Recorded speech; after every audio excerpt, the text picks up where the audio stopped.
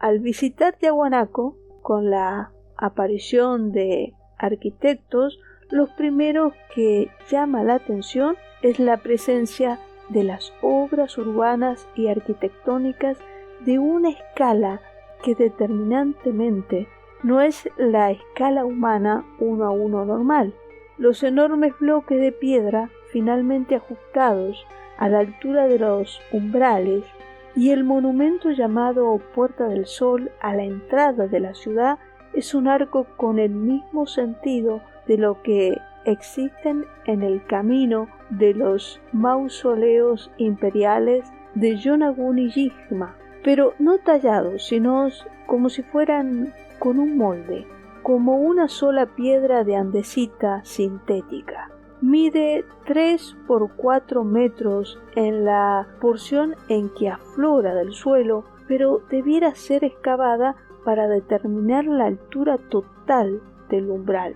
Tiene una serie de grabados que representa un calendario ritual de 260 días, correspondiente al año solar del ciclo del planeta Venus. Los umbrales y corredores verdaderamente parecen hechos para que gente que no medía menos de 6 metros de altura, con Tiki en su leyenda popular, que arribó del mar desde el norte para enseñar a los nativos la ciencia de la astronomía, matemáticas y técnicas para poder construir colosales ciudades. Los Macuxi son aborígenes que viven en la Amazonía en Brasil, Guayana y Venezuela. Tienen una tradición sobre la cual existen varias opiniones, aunque no es una investigación formal del campo que figure en la literatura antropológica. En su tradición ellos son los descendientes del Hijo del Sol, del Creador del Fuego y de la enfermedad, y los protectores de la tierra interna. En su tradición oral describen una entrada en la tierra hasta el año de 1907. Los Macuxi entraban en una gran cima y viajaban de 13 a 15 días hasta que alcanzaban el interior. Es allí, en el otro lado del mundo, en la tierra interna, donde viven los gigantes amerindios, los cuales tienen más de 4 metros de estatura. Según los Macuxi, ellos le dieron la tarea de vigilar esa entrada y evitar que los extraños entrasen en esa cima. Es decir, los amerindios gigantes eran civilizadores y llegaron a un acuerdo con los Macuxi. La tradición del pueblo Macuxi expresa que lo que entra en la cima caminando durante 3 días solamente descienden por escaleras de escalas muy grandes.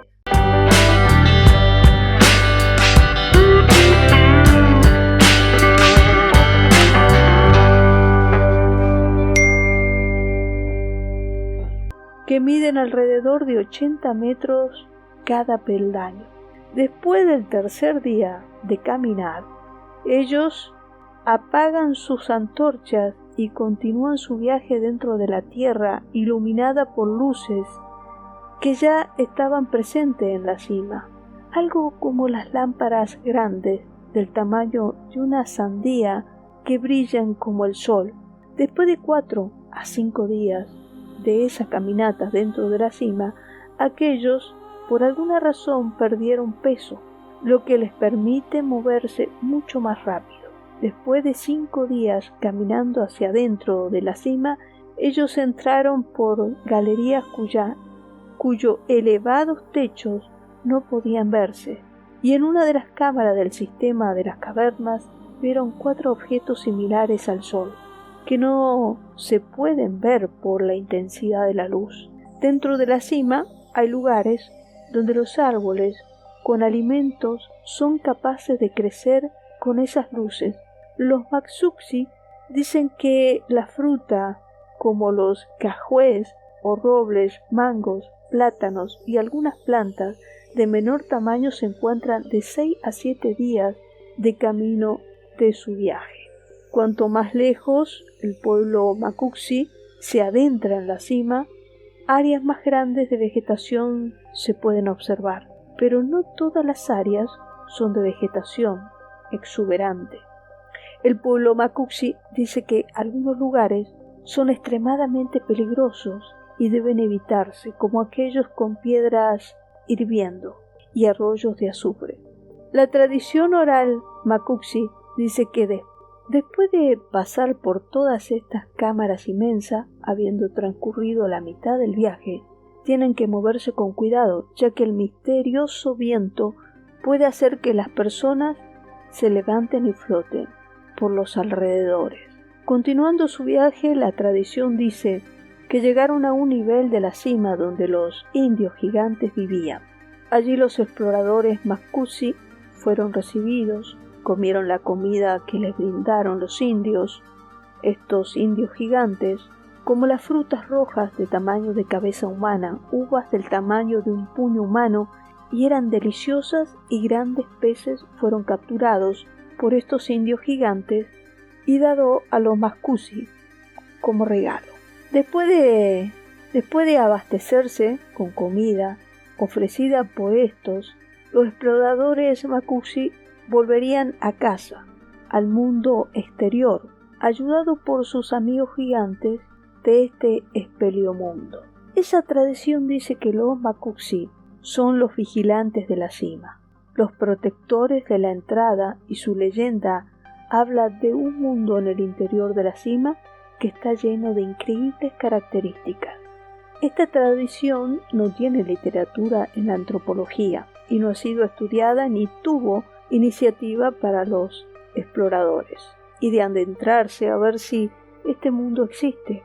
Pero lo que sorprende es que el pueblo Macuxi, su tradición es parte de su modo de vida, y ellos históricamente eran los protectores de la entrada hasta que sus exploradores británicos llegaron al Amazonas en busca de oro y diamantes, aventurándose dentro de la cima para no regresar nunca más.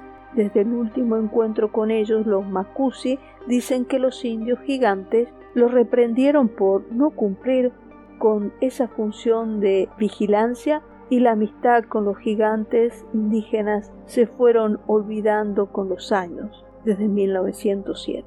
En el departamento de Acre de Brasil, el texto del padre Cristóbal de Acuña, quien acompañó a una expedición de Pedro de Teixeira de vuelta por el río Amazonas allá por el año de 1639, fue localizado este sacerdote a los gigantes en la cabecera del actual río Purus, nación Curiguare de gigantes. Son gigantes de 16 palmos, vendría a ser 4,80 metros, y son muy valientes, andan desnudos, con grandes patenas de oro en las orejas y narices, y dicen que para llegar al pueblo son necesarios 2 meses continuos de navegación desde la boca del Cuchiguara.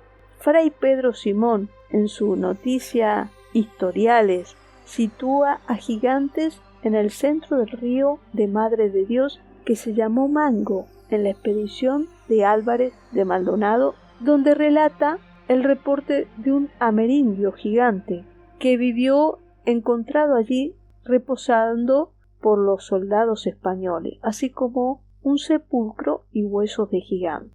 El relato del conquistador que había llegado a la sabana de Bogotá fue tratado por Fray Pedro Simón, quien anota unas 200 lenguas de navegación por Álvarez Maldonado y su gente, que comprenden con la cifra que señaló Acuña. El área de aquel antiguo contacto de Maldonado con los indígenas gigantes es actualmente el área que luego de devastadas por los incendios originados por los garipeiros, puso al descubierto unos 150 jeroglíficos de llanura, que la investigación de Alceu Ranci, que es un geógrafo de Arce de Brasil, los geóglifos hechos para ser vistos desde el aire, como las referencias que forma parte de la práctica del amodorodo o vuelo ceremonial precolombino. Sin embargo,